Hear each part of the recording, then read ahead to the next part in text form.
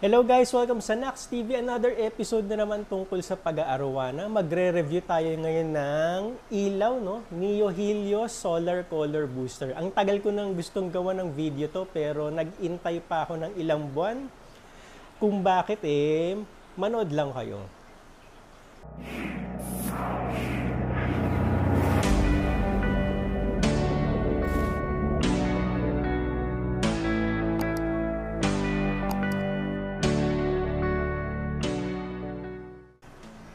So gaya nga ng sabi ko sa intro kanina, i-re-review ko tong Neo Helios Solar Color Booster na ilaw. So kaya ako nag-intay pa ng ilang buwan, no, bago ko gawan to ng video. Kasi gusto naming malaman yung resulta mismo from the shop kung magiging effective ba siya. So dun muna tayo sa specification niya. It comes in 4 feet, 5, 6 feet, 38 watts, 45 watts, 53 watts, respectively. So, yan yung wattage niya. And then, 67,000 Kelvin siya. And then, itong Neo Helios is 2D, hindi siya 5D. So, dalawang rows lang yung LED light niya. Pero somehow, kahit 2D lang siya, malakas yung ilaw niya as compared sa ibang 2D light na nakita ko. So doon na tayo sa part wherein sinabi ko nga sa intro kanina na nag-intay pa ako ng ilang buwan bago ko gawa ng video to. Kasi as claimed by the manufacturer, tong ilaw na to ay viewing and tanning light na in itself. And syempre, gusto rin namin na mapakita sa inyo na effective siya na tanning light. Kaya ginawa namin, kaya nag-intay pa kami ng ilang buwan. And ang kinaganda ng ilaw na to, meron kaming natutunan technique na i-share din namin sa inyo. So as you can see from the picture, dyan sa screen nyo, makikita nyo na merong iba't ibang ways kung saan nyo ipoposition yung ilaw. So as a normal viewing light, advised by the manufacturer na yung ilaw wag nyong ilubog sa tubig.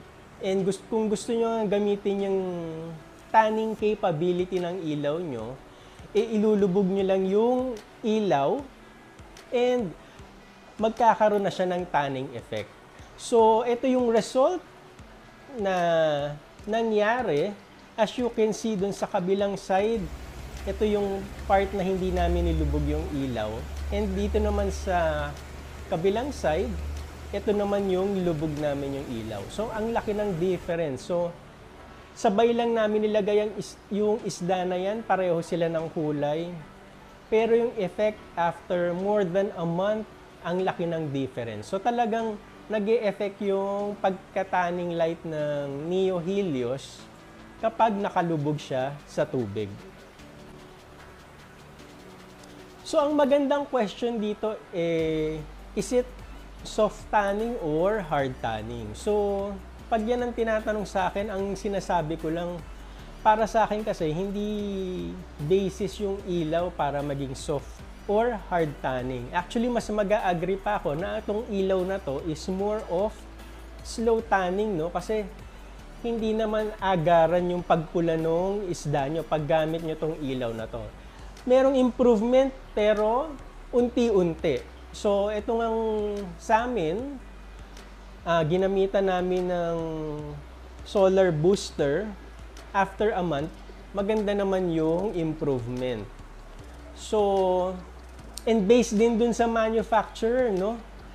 Pag dinalawan nyo raw yung ilaw na nakalubog, ang nakalagay kasi, ang description nila dyan is fast color improvement. So, hindi ko naman pwedeng sabihin na dahil sinabi nilang fast color improvement yung dalawang solar color booster na ilalagay nyo, mako-consider ko na hard tanning yun. Hindi ko rin naman pwedeng sabihin na soft tanning yun kasi iba rin yung recommendation nila pag hindi nakalubog. Ang nakalagay lang dyan is normal.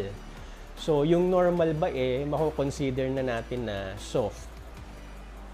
So kung tatanungin nyo ako if this is the best viewing or tanning light, hindi ko masasabing siya yung best. Pero what I can say is, ito yung pinaka-practical. Kasi nga, 2-in-1 na siya, and then pwede nyo i-control if mag-viewing kayo or tanning based kung saan nyo siya ipoposisyon. So kung makikita nyo rito sa shop, yung mga maliliit naming super red, yung mga ilaw nito hindi naka-submerge sa tubig. So para hindi pa naman sila kailangan din matan.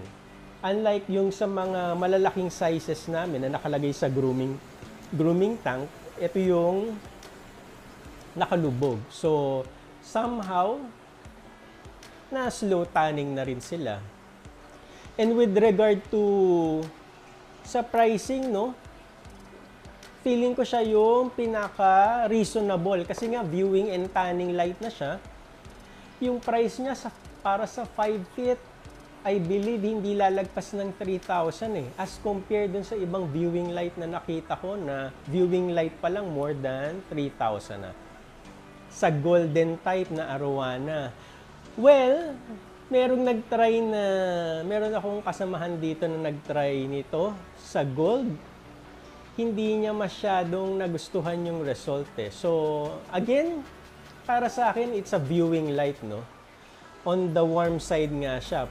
Theoretically, dapat okay rin siya sa gold, pero it's up to you, no? Hindi ko sinasabing good siya para sa gold Arowana or sa ibang variety ng Arowana. So, it is the best for Super Red Arowana.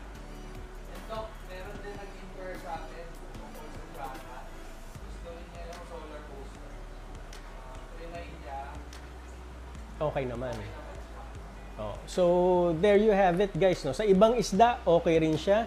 So, meron kaming client dito, bumili ng solar color booster para sa tiana, barka niya.